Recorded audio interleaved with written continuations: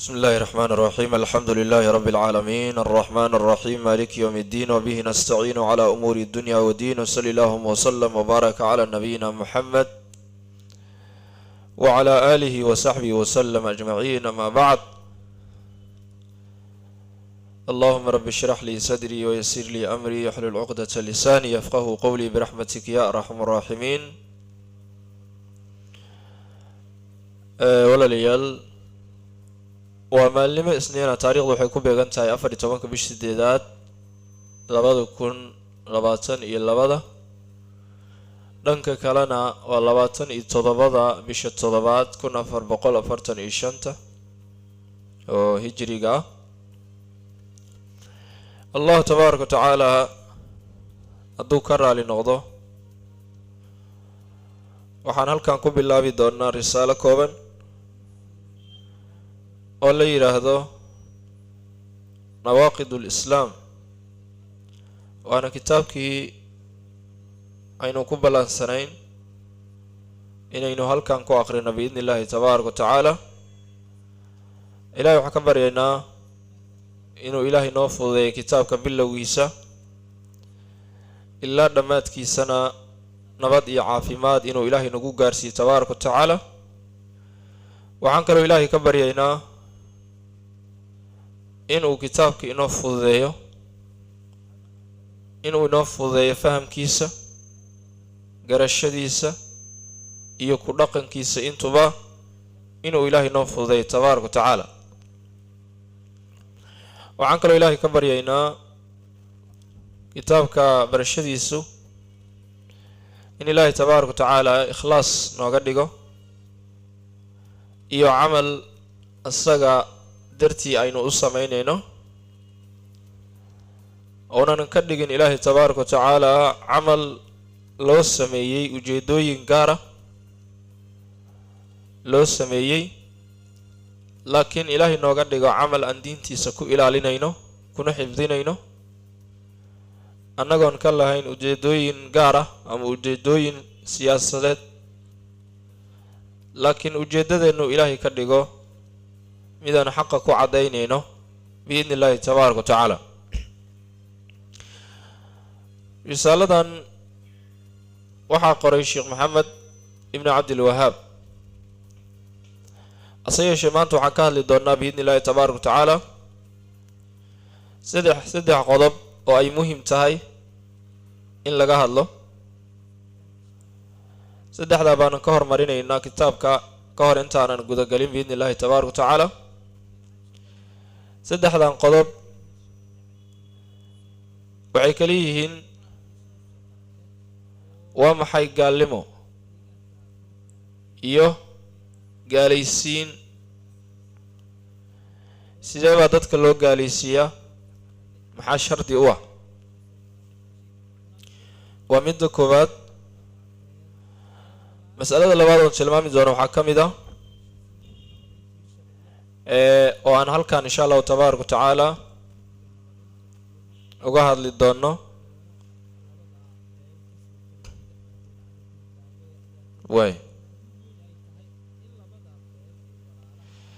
shirkigan sidoo kale ka hadli doonaa iyo noocyadiisa iyo siduu asagana gaalnimada usoo gelayo. waxaan sidoo kale ka hadli doonaa mas'alada riddada iyo ruuxa murtadka ah xukunkiisa ayaan ugu dambaysiin doonaa biidni illaahi tabaaraka wa tacaala. waana 3 mas'alo uu kitaabku ku dul wareegayo. waa 3 mas'alo ayuu ku dul wareegayaa kitaabku. 3daas mas'alo bayna ka dhex buuxaan anwaacda uu kitaabka ka kooban yahay iyo ciwaanada uu ka kooban yahay iyo asbaabta riddada iyo asbaabta ruuxa islaamkiisa ka burinaysa. 3daa arrimood yuu ku dul wareegayaa kitaabku. kitaabkaasaan soo sheegay waxaa qoray sheekh maxamed. dabcan waa ghaniyun can tacriif, waa ka dhan yahay in la tacriifiyo, waana ka dhan yahay in la sheego oo taariikhdiisa laga waramo. dee magaciisu baad ma ka garan kartaa in badanna waad ogtihiin inaan uga soo hadalnay taariikhdiisa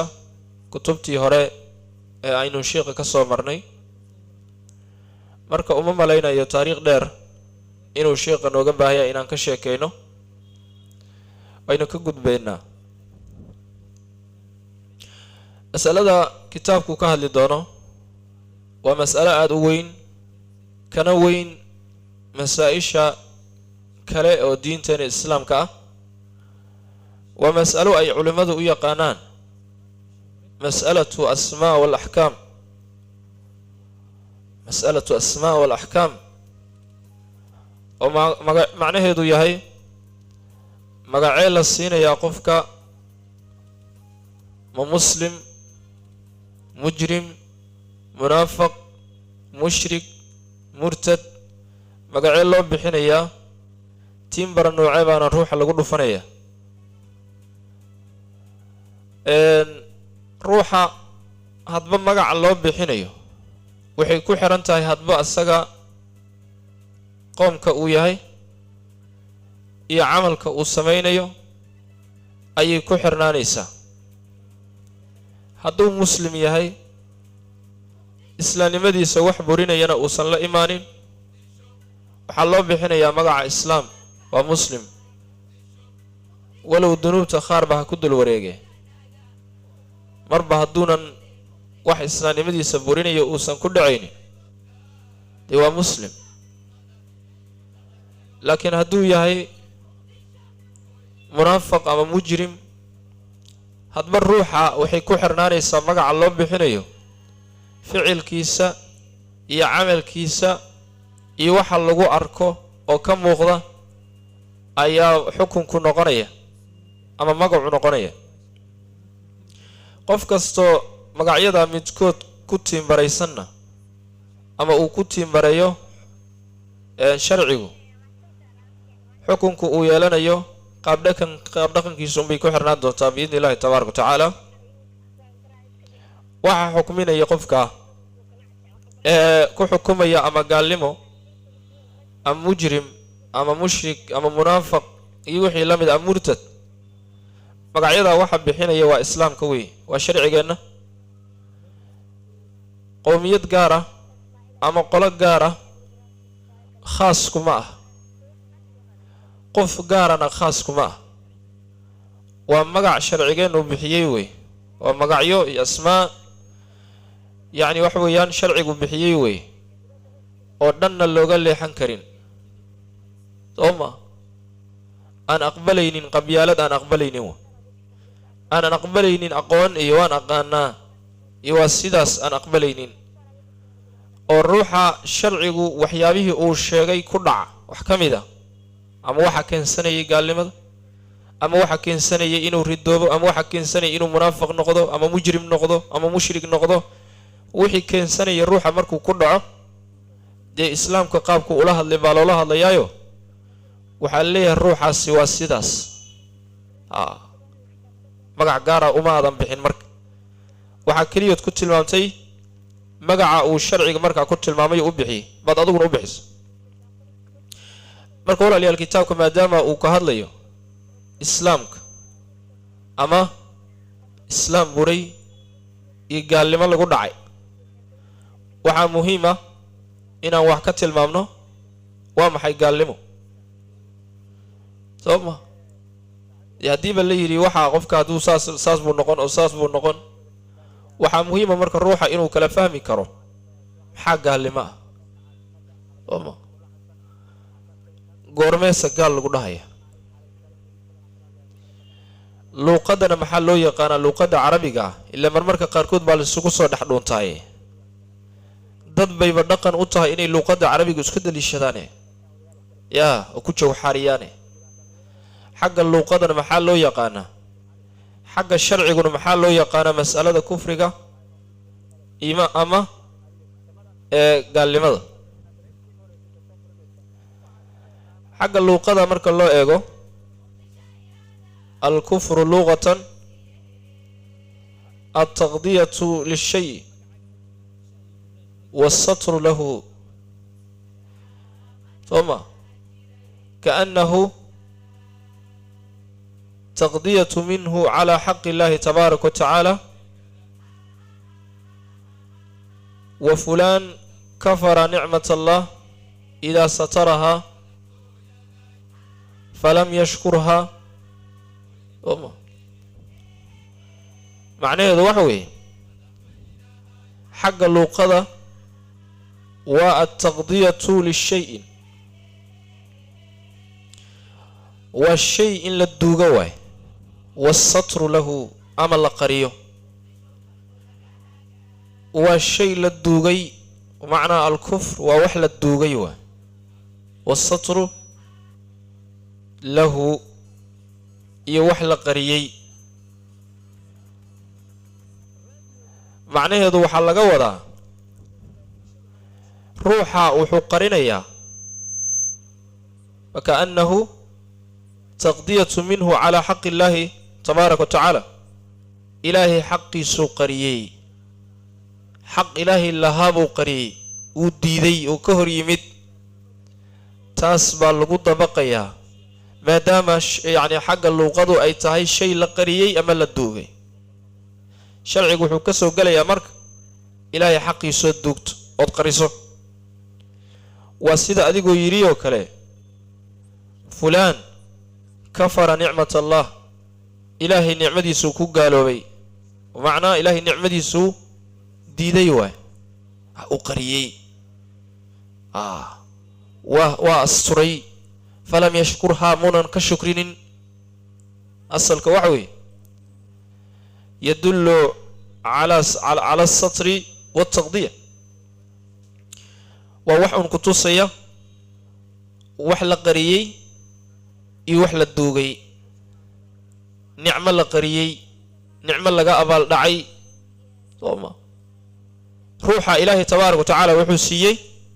عقل بوسي قرشوشي يا عقل قائي قرشدا ساي أي أهيد إنه إلهي كوغرت تبارك وتعالى دين كيسر وقود دالو، لكن عقل قي إلهي سي تبارك وتعالى هدو كقالو باي، وعقل قاسو كفا إذي سوى نعمة إلهي سين وكفا إذي سوى يوم حلي روح سي إلهي النعمة سو قريي. أصلوا لك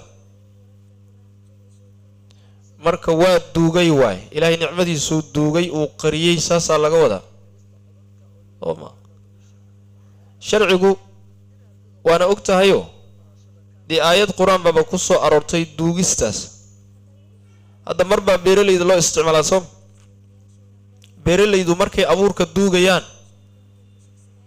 ereygaas loo isticmaalaa ooma ereygaas ayaa loo isticmaalaa يعني beeralaydu yaa loo isticmaalaa quraanka kariimku uu isticmaalaa sababtuna waxa weeyaan sida culimada leeyihiin abuurku duugaya oo qarinaya saasa kalimadaas loogu isticmaalay ooma marka saasoo kale kufriga sidoo kale marba sharcigu uu isticmaalaa marka adoonka nicmo la siiyay وقرن واي وفهمي وايو سيدو كلا مركله بو شرعي او استعماله دنبي لغا ريباي انو كدعو تاع علماء waxay ku sii tilmaamayaan kufrigaasi ma aha kufrigi weynaa oo diinta laga baxay, laakiin kalimada al-kufr buu sharcigu marmarka qaarkood ayuu u isticmaalaa ooma kalimadaas uu isticmaalaa yani wax laga reebay inaad ku dhacdo ومعنى قال لما كسوغن معنى يضو ما هنات قالوا ذي لكن شرعي استعمالي كلمة داس استعمالي ومعنى تانا وحا كتوصي حديث نبي قينا صلوات ربي السلام عليه من حديث أبو هريرة قال رسول الله صلى الله عليه وسلم لا ترغبوا عن آبائكم فمن رغب عن أبيه فهو كفر سوما كفر يعني بكم قال لما إذن كوغسوغن هكو عاسي قروبنا أبياشينا ثم روح هكو عاسية وكفري معنى هذا وأتكينوي قال لما كسو كيس لكن والغوغو أتكينيا روح أبياش أبيه سا والدين تيسا دي كو قالوا با ساسا لقوة ama diida nicmo waxay u galeen abaalkii buu ka abaal dhacay waa abaal laaba marka sooma abaal laaba weeye marka saan soo sheegnay waa dembi in waalidkaaga aad ku caasiso waana dembi lagaa reebay haddaad ku dhacdo marka fa innahu kufrun bikum macnaa gaalnimaa arrinkaa idinkugu sugan baa la yidhi gaalnimahee yaa idinkugu sugan marka gaalnimada laga hadlayo sharcigaa isticmaalaya mooyaane ma aha gaalnimadii diinta looga baxaya ma laakiin waa wax uu sharciga isticmaalayo wey xadiiskaasna waa xadiis saxiixa bukhaari muslimka ayuu ku yaalaa xadiiskaas marka culimmadu waxay leeyihiin waa ta'kiid yani sidoo kale tashdiid wey litaxriimi hada alficli yacni waxaa lagaa reebayaa ficilkaa inaad samaysaa lagaa reebayaa waana midda culimmada ay yidhaahdaan kufrun duuna kufrin yacni waa gaalnimo ka sokaysa wey sooma gaalnimo ka sokaysa laakiin sharcigu uu idlaaqay weyo ereygaas uu isticmaalay saasaa loola jeeda sidoo kale nabigeynu salawaatu rabbi wasalaamu calayhi mar kale uu isticmaalayaayo min xadiisi abu hurayra ithnataani fi nnaasi humaa bihim kufrun sooma altacnu fi lansaab fi nnasabi waalniyaaxatu cala almowt oo kamaa qaala salawaatu rabbi wasalaamu calayhi macnaheedu wax weeye nabigeennu wuxuu yidhi sal alayhi wasalam ithnataani yani fii ummatii wey ama fi nnaasi labo dadka ka mida humaa bihim kufrun gaalnimaa ugu sugan balufis ereygaa la isticmaalaya balufis gaalnimaa ugu sugan labadaas maxay yihiin atacnu fi nasabi yacni nasabka in la duro qabiilka in wax laga sheego qabyaalad in la isticmaalo sooma iyo sidoo kale wanniyaaxatu cala almeyt geerida yacni meydka iyo dhimashada in loo ooyo oo loo barorto labada arrimood nabiga salawatu rabbi wasalaamu caleyh wuxuu ku sheegayaa gaalnimo inay ku sugan tahay gaalnimadaasna sidoo kale meesha waxaa ku cad inaysan ahayn tii looga baxayay islaamka looga baxaye laakiin waa un adkayn iyo xoojin ruuxa lagu xoojinayo loogana digayo dembiga inuu sameeyo waa dembiga ha ku dhicin ooma dembigaas ha ku dhicin waa lagu adkay ta'kiid wey marka saa daraaddeeda ayuu sharcigu in badanoo ka mida uu isticmaalayaa kana hadlayaa kana sheekaynayaa wy macna sidoo kale mar kale baa nabiga salawaatu rabbi wasalaamu calayhi wax yar maahane xadiis kalaa jiro nabigu uu isticmaalayo xadiiskaana nabigeennu salawaatu rabbi wasalaamu calayhi wuxuu leeyahay laa tarjicuu bacdii kufaaran yadribu bacdukum riqaaba bacdin nabigu sal alayhi wasalam wuxuu leeyahay laa tarjicuu bacdii gadaashay ha u laabanina kufaaran ereyga kufaaran baa la isticmaalaya gaalnimo maxaa waaye gaalnimada rasuul ilaahayo yadribu bacdukum riqaaba bacdin qaarkiin qaarka kale inuu qooraha ka tumo uu la dagaalamo dhiigooda daadiyo saayaan la yeelin buu nabi salawatu rabbi wasalaamu calayhi leeh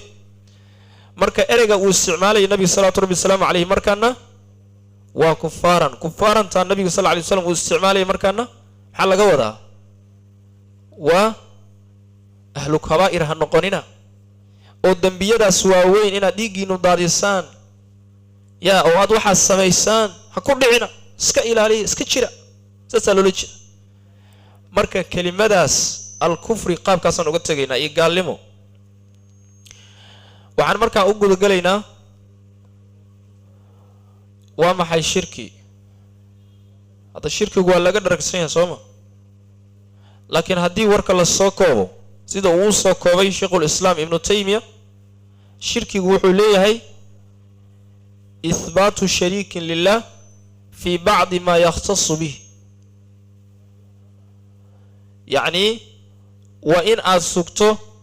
oo aad iska dhaadhiciso in alle ay jiraan wax la wadaaga waxyaabaha uu khaaska leeyahay sooma ihbaatu shariikin lilah ilaahay inuu shariik leeyahay cibaadaadka khaarna lala wadaagi karo waxyaabaha khaar oo isaga khaaska la yahayna dee cid kale la siin karo la dabamartayn karo fii bacdi maa yakhtasu bih waxyaabaha isaga khaaska uu leeyahay waxyaabaha khaaska uu leeyahay cibaadada ka mida ربي نمدا كمدا أسماء الصفات كمدا وانا سدح ذا أريموت أو شركة جلوة سدح بو شركة جلا فهن أو قرب سدح ميل بو شركة جلا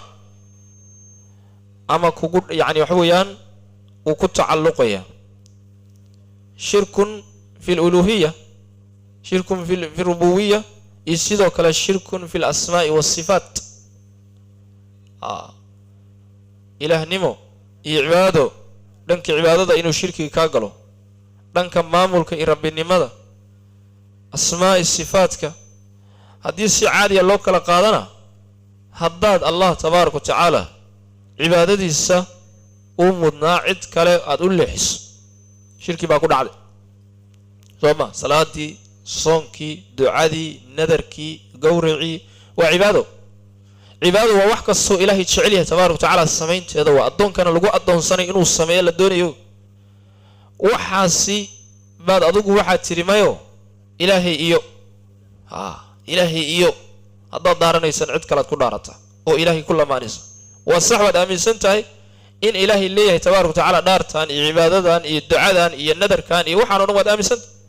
لكن ذاك كلا واحد ليه ذا يميه وعادي والشيخ خبل ولا سقدر سنكره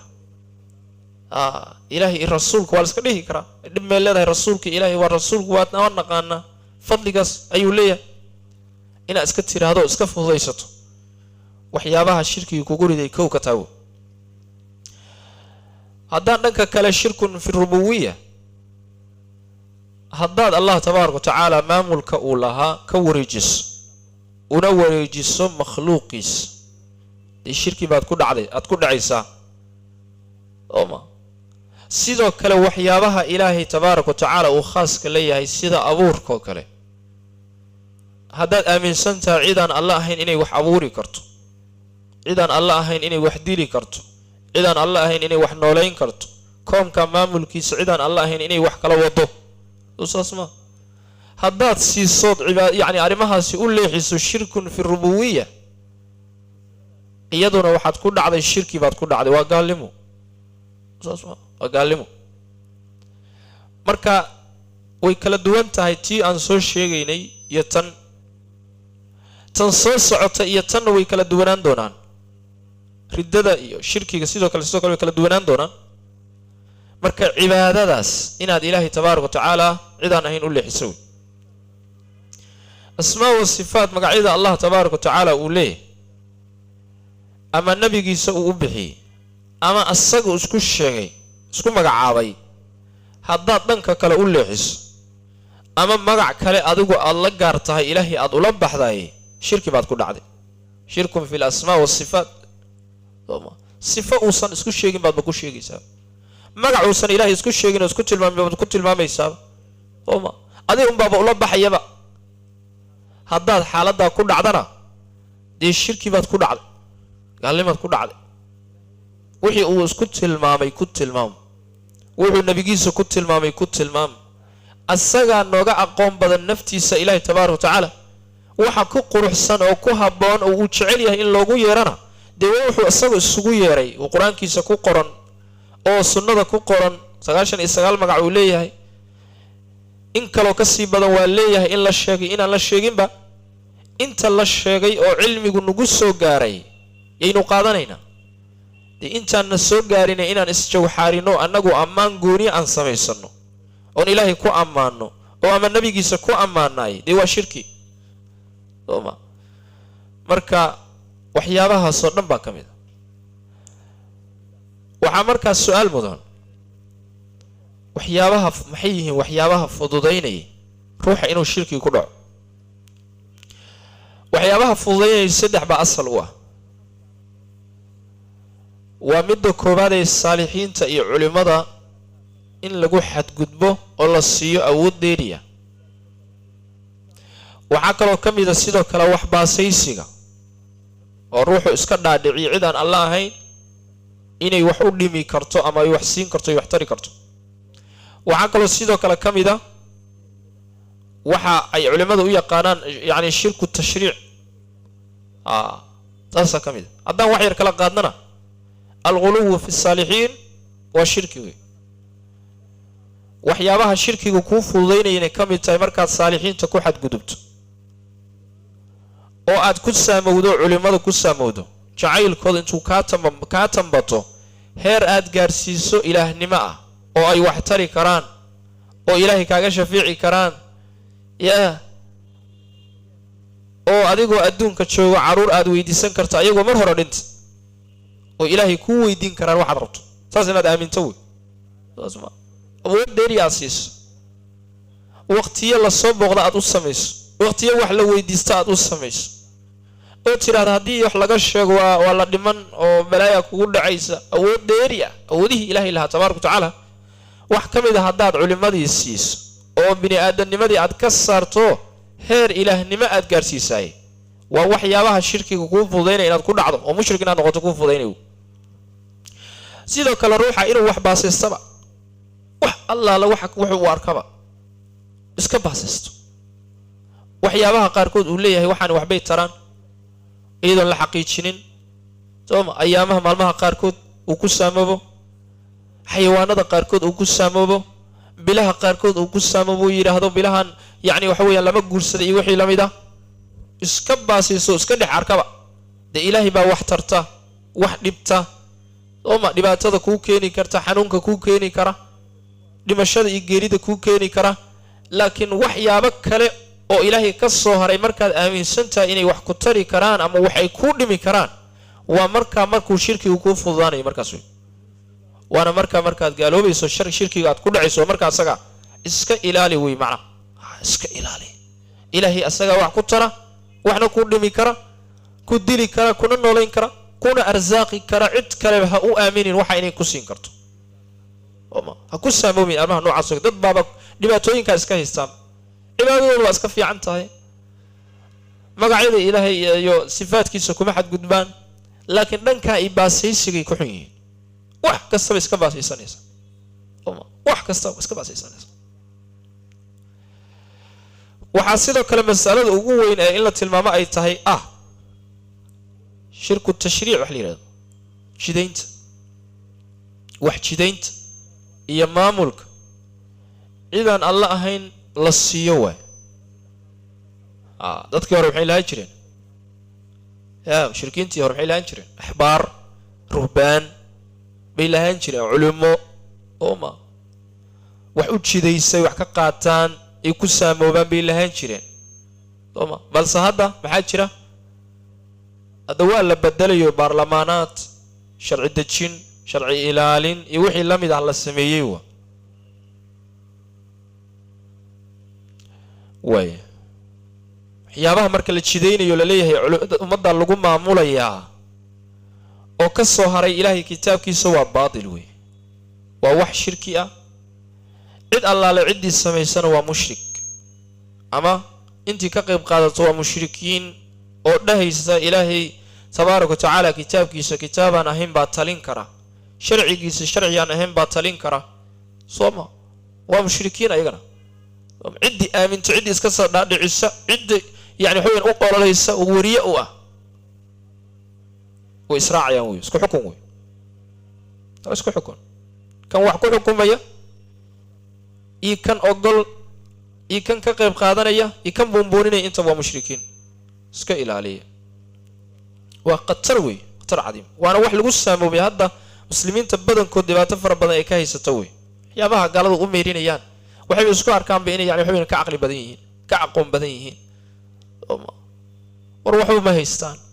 oo waxay gacantooda ku sameeyay kitaabkii ilaahay siiyay oo tawraad iyo injiil bayba wax ka bedeleen taada u turi maayaan ayagu doonaan baysa samaysteen wixii ayaga ay doonaanayso samaysteen haddaad intaad soo qaadato aad koobi soo jiraado oo turjunto oo aad soomaali u turjunto oo tiraa sharciga waa kii maraykanka dastuurkan waa kii maraykanku dejiyo qoray waay kii unbaana loo fasiray kii unbaana loo soo turjumay kii unbaa soomaali lagu dhaqayaa iyo wixii la mida way waana waxyaabaha culimada ay ka digaan 100% mana jiro sheekh ogol ilaahay tabaaraka wa tacaala wax ka soo haray kitaabkiisa ayaa wax lagu xukumi karaa macna ilaahayna tabaaraka wa tacaala qolada asaga xukumay annaga ma هذا وحان لنا هو مشركين إيمان ملئ ساسا لوليتشا سوم وحدها يمرك إلهي ويانا وأناغو ما بل إلهي وكدارنا فلا وربك لا يؤمنون حتى يحكموك فيما شجر بينهم ثم لا يجدوا في أنفسهم حرجا مما قضيت ويسلموا تسليما إلهي ما كدارنا تبارك وتعالى فلا وربك أي وربك لا يؤمنون بالير مكر بين الرسول إلهي إيمان لغا مهلين حتى يحكموك فيما شجر بينهم وحي أدو أدلتمد إلا أي سحكمان إلا أي كوكالبحان إلا أي برلمان دقيان إلا أي محكمة دقان كماينا رمين رسول إلهي يينا بين كوشيين ورميسنا بحبا يسان كلهم ثم لا يجدوا في أنفسهم حرجا مما قضيت يسال إسديبان بالير إسديبان إلهي وهو قان سمان كتاب كيسي سديبان تابع الله الشيء أيوة تأمرك الشرع جينا النوت الماما يوم معه وحنا نقول إسكا قرنينه أما إسكا قرنينه ما سيدا كلام مسألة السيد حادي وقدم بس أو مسألة دي فافاهين دي رادا أبان وحين قنيسا يعني مسألة دا رددا أما حكمك روحا ردوبي أو دينتك بحي سؤال وحكتها أنت مركا وما حيردو معناه هذا محوي معناه هذا الصيد الشرعي وشيء يوحوي معناها الرجوع عن الإسلام وي إسلام كل قلابته معناه رددو والروح أو إسلام كي كلابتي أو يروان ردوبي أو كلابتي أما يصليهن وحوصميها النقط لكن والروح إسلام كي كلابتي واي دي إسلام كي نات كلابت المحاكينا يا فعل كاغا سببي كرا قول كاغا سببي كرا قسم ما هنا أدوك كل وقت ترى إسلام كي كلابت وصوصوا فعل كاغا كيني كرا إسلام كي كلابت مركا روح هو مركو كلابتوي وانا مدى آيات القرآن الكريم كإلهي كله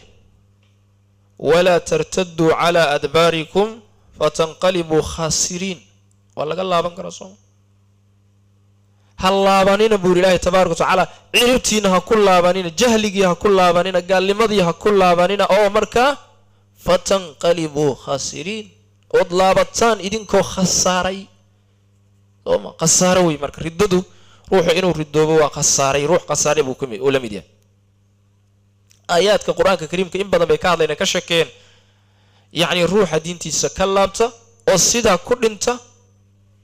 إلى يمحو كل شيء وقال بوش يصيب وقال وتوبة كيني واي ومن يرتدد منكم عن دينه فيمت وهو كافر فأولئك حبطت أعمالهم في الدنيا والآخرة وأولئك أصحاب النار هم فيها خالدون إلهي تبارك وتعالى وحليه روحك كلابتو دينتي سو إذن كمدا أو فيمت وهو كافر أصغو قال أن دينتي ومعنى روح دينتي سكلابتو وقاله سأسوي معنى سأسكعت أو سيدا كل انتو معنى قال لماذا كل انتو صلى الله عليه دمو إسلامين dibna uga tagin waxyaabihii yani waxa weeyaan ka burinayay islaamnimada oo ku hareereysnaa ee keensanayay inuu ruuxa ridoobo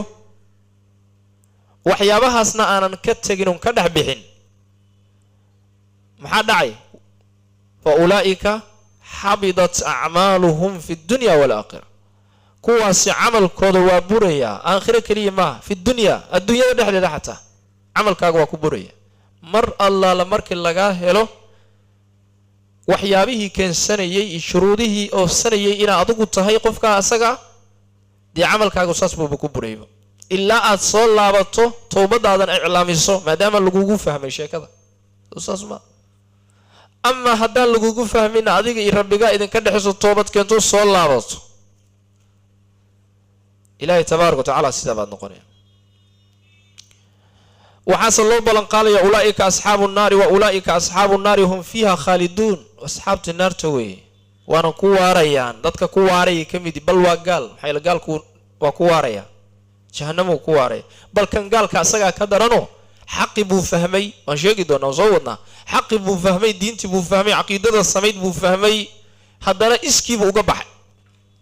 isagaa ka laabtay oo ka noqday ruuxa marka ruuxan weligiisba aqeedo iyo diin iyo wanaagba aanan qaadanin waa ka duwan waana ka cadaab kululiyay macna saas loo jeedo marka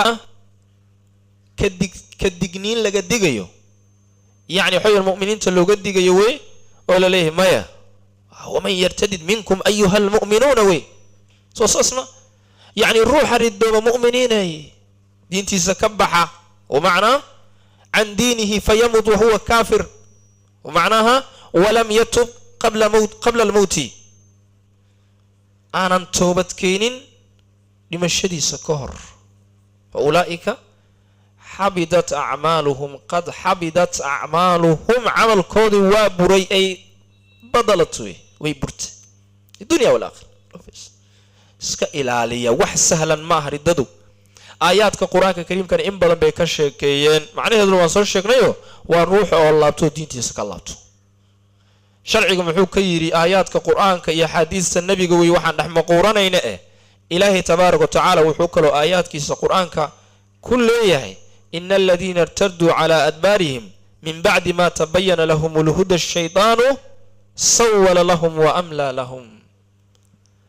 معناها آيات كتير وحوي كوة دين كوذا كلابت دبنا أولابت من بعد ما تبين لهم الهدى هنون كمركو وعد هذا كذب هذا معنى شيء وحي الكور هذا الروح وأسقى اللابتي أسقى الدورتي kadib markuu hanuunkii arkay kadib markuu wanaagii arkay kadib markuu isnaalimadii dhadhamiyay iyo dib u laabtay iskiisuuna ku laabtay cid qasabtay male cid ku dhibtay male asaga laabtay hanuunka markuu fahmay kadib oosasma asbaabta laabisayna waxa weey waxa asal waa shaydaan ash-shaydaanu sawwala lahum wa amla lahum wa udardar wariyay wa udsata dheeriyay wuxuu yiri waxba waxaani ma shaydaan baa waalay marka شيطان باللومية وضد الصحة قد كالصحة كل عي ويفتيمي وحياها وصميني معنا آيات دان كلا إلهي تبارك وتعالى وقوين وحكم إذا ومرتدين تكسر دقتي يا أيها الذين آمنوا ومن يرتد منكم عن دينه فسوف يأتي الله بقوم يحبهم ويحبونه أدلة على المؤمنين أعزة على الكافرين إلهي تبارك وتعالى وحوليه كوا إيمان كان لقاه ليه روح دينك سكبحة فسوف يأتي الله بقوم يحبهم ويحبونه أضوها اسلهن ودينك إلهي عقيدة السنبا كودو تندونت يا كو تشيسي دونت كو درسان دونت كو بوغي دونت يا كو بهان دونت اسلهن إلهي وحولا إيمان يا قلاء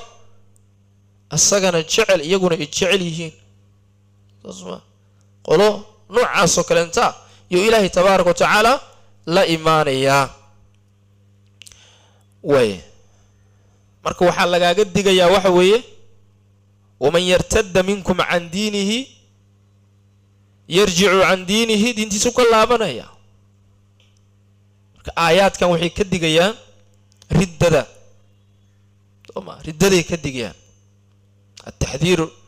من الردة والوعيد عليها وي قودنا وقصة أروريو هذا إلهي كوما باهنا هو إلهي كوما باهنا تبارك وتعالى آيات كسرن قودنا وكتشرا إن نار لوب بلنقاضيو إن عمل كيسو بوريو وصاسما إنت صرن بلغو بلنقاضي هذا تريدو أما الأحاديث نبي كسر صلوات ربي السلام عليه وحا أقول حديث كان النبي صلى الله عليه وسلم لا يحل دم امرئ مسلم إلا بإحدى ثلاث الطيب الزاني والنفس بالنفس والتارك لدينه يعني دين كي سكن كتغي بالير المفارق للجماعة جماعة دين فاروقي وإسكن حبحي من حديث عبد الله بن مسعود صماهي وي حديث كاسا أصلوه من بدل دينه فاقتلوه آيات كلا آيات روح الدين كي سبدلها للدلو حديث كلاها دين تي سبدله معنى دين تي سكلا بتوع وكان نقضة ودينتيisa ka baxa taawimada laga hadlay ka iska ilaaliyo wiiradadu wax saalan ma oo diinka in laga laabto laga noqdo wax saalan ma maxay yeelay dhammaan diinta waxyaabaha ku saabsan baad ka dhex bixaysaa kuwii kala ba xoogaa ku dhaamayo salaada dukanayo soomayo oma akadu intaas oo dhan baad faaruqdayba intaas oo dhan baad faaruqday waana sheegi doonaayo dad baa jiro laakiin dhawaqa hadalkooda uu u keenayo inay ridoobaan ama ficilkooda tusay asagaba yuusan isku arkine inuu ridoobay oma marmar qaarkoodna saas way dhacdaa su'aasha meesha taalana ugu adag waxa weeye xukunkooda muxuu yahay qaabkee loola dhaqmayaa qaabkee loola macaamilayaa culimadu way ka hadlaan waxay yiraahdaan hadduu ruuxa ridoobay يعني شخص واحد هل الشخص فإنه يؤخذ ويستتاب والله قبنيا ولا سحريا توبة بانا لقد البيا إنه توبة ولا قبنيا شخص هدوي لك هدو دو عان وبفربضان هدين فتنة دالينا ياوا فتنة دالينا يا ألا ديلا ياوا حي الواقال أصلي أساسو كلو نقنيا يعني قال أصلية أو كلا يا لولا رقمية صوت وعوي لأن المرتد عرف الحق ودخل في دين الله تبارك وتعالى باختياره حي الروح حاسي حق واقرتي دينك إلهي نوا الصوغلي خيارك سوق صوغلي عيدكو قصبتي ماله haddii lagu qasbi la wuxuu dhiilay markii hore waa lagu qasbay saas baan u laabtay buu dhiilaa laakiin asaga iskii u soo galay diinta liskuma qasbo diinta liskuma qasbo asaga soo galay asaga ka dhawaajiyay marka taasa keenayso marka in la dagaalamo oo la laayo laakiin hadduu shakhsi yahay oo la hanuunin karo la waanin karo la wacdin karo runta loo sheegi karo waa shakhsi weey waa loo sheegay جماعة هذه لك ولا لا دقال ما يو صوت وحوي حماية يعني للعقيدة ماشي كجر عقيدة إلا إلى لدينك إلا إلى ليو يا ماشي كجر يسوي سيدو كلا ضروريات كشنطة هاي دين تنت الماميزو أولها الدين كان أوهر الدين وي دينك إلا إلى ليو لقى حفظيو دينك هاي القوم كدينك وفهم سين ما لها مسلمين تلقى سوق قالوا وفهم سين سياسة ضد وفهم سين وهلاك يا مرك هلاك بو كسمينيا عقيدتي بولومينيا دينكي بولومينيا بلايو دلينيا انتو سن دلين مرك وين لا دبر جراو ساسا لا ودا وانا لا دغالمay wax cusub ma saxaabadii nabigeena sallallahu alayhi wasallam عليه يا لا دغالمeen waa يا لا دغالمeen wax hadu cusub ma ba aha hada la isfaraay فانه مرك يقتل ولا يستتاب ولا دياوا حمايه للدين دينك iyadoo la ilaalinayo ضرورياتكي شنطة هلا إلالينايو إسلام نمدي لا إلالينا لحفظينايو وحيابها سنتي سندعين كور بابا لقسي ورمي أولي رميا هلا الدبر شراء هذا شخصي وحما قاضو وحما ترى شخصي والله الله قبان كرا لكن هذه جماعي هنا أود له حوق له دقالمي كرتو هديين والله قبان ياو سؤال شو حي كتا أنت يا مرك dadka qaarkood yaa waxay leeyihiin dadkan waa dad muslimiin oo sidaas ayaan la gaalaysiinin la tukaffiru ahadan hadna gaalaysiinina walaw fa'ala ma fa'ala wuxuu doonaba ha sameey ha aqiiday wuxuu rabe la tafarriqu bayna almuslimiina ya subhanallah muslimiinta yaa la kala geeynin biiliin qaarkood muslimiinta yaa la kala geeynin waxaan qoon ruux Soomaaliya waa ruux sidaana iska daaya yaan la dhihin qofkaas waa gaal waa murtad iyo waa munaafiq kalimadooyinka adag oo sharcigu isticmaalay adoo ha isticmaalin hada sharcigu wuxuu isticmaalay hadaan isticmaalin maxaan u lahay ko ruux muslim ah oo hoggaansan maxaan u ahay su'aasha meesha ka dhalanaysa asbaabta marka culimada iyo muwaxidiinta ahlu khayrka ay u isticmaalayaan waxa weeyaan dadku dad muslimiina ma qofka maduusan muslim ahayn muslim lagu ma tilmaami karo marka nahnu la nufarriqu bayna almuslimina walakin haula'i laysu muslimin muslimin ma aha kuwas marka adigu ruuxan muslimeen haddaad un muslimnimada kala daba wareegto ood cimaamada ku camcamiso koofida u geli ruuxani koofi ma mudna oo cimaamad ma mudna waa ruuxii ka tagtay wey sooma inaad maanta dhan marka cimaamadu saarto ood biyo yani caanaha ku shubto yaa malabka ku shubto sokorta ku shubto kuma shubmayo waa ruux qaraaroobay wey aku daalin wey macna marka waa sidaas wey dad qaarkood baa isticmaalaya saxaabadii baa isticmaali lahaa hadday sax tahay ilaan saxaabada nebiga salawaatu rabbi wasalaamu calayhi way la dagaalameen waa markay ridoobeen qaar badan oo carabta ka mid a sooma intii ridoobi lahayd oo carab ka mid a markay nebiga salawaatu rabbi wasalaam bacda wafaati nabiy salawaatu rabbi wasalaamu calayhi qaataluuhum way la dagaalameen maynan dhihin waa carabe waa walaalaheenne hadda muslimiin bay ahaan jireen oo wayna la dagaalama jihaadkayna la geli jireen waa saxaabadii saas ma dhihin marba hadday diinka ilaahay ka laabteen waa lala dagaalamay lama kala saarin sooma way la dagaalameen sooma maa qaaluu laa tufariquu bayna almuslimiina maynan dhihin yaan la kala saarin muslimiinta yaan la kala geynin muslimiinta yaan colaad la dhalinin yaan khilaaf la keenin sooma yaan dhiig la daadinin maysan dhihin sababtoo ah waxay aaminsan yihiin muslimiin inaysan ahayn marka ulama ma aynan macaamilinba qaab islaamnimo ah yani waxa weeyaan ulama aynan macaamilin marka dadka dhahaya waad fahmi kartaayoo diin la-aan baa hayso cidna yaan la gaalaysiinin walow facala maa facala maadaama anahu yaquulu laa ilaaha ila allah saas ma maadaama uu yidhi laa ilaaha ila allah buuba leeyahay maxaa loola dagaalamaya maxaa loo dilaya maxaa saas loo leeyahay maxaa loo yani waxa weyaan loo gaalaysiini bay leeyihiin ma soconaysa wey sharciga waa diidaya arrimahaas waa ka digayaa waa iska ilaaliy buu leeyahy ruuxa marba hadduu doorto inuu diinkiisa ka laabto yaan loola dhaqmin sida ruux muslim oo kale yaan loola dhaqmin oo ruux gaal oo kale waa in loola dhaqmaawo dad qaarkood wuxuu ku leeyihiin war ha noqonina dadka sidaasoo kaleenta takfiir maad tahay ya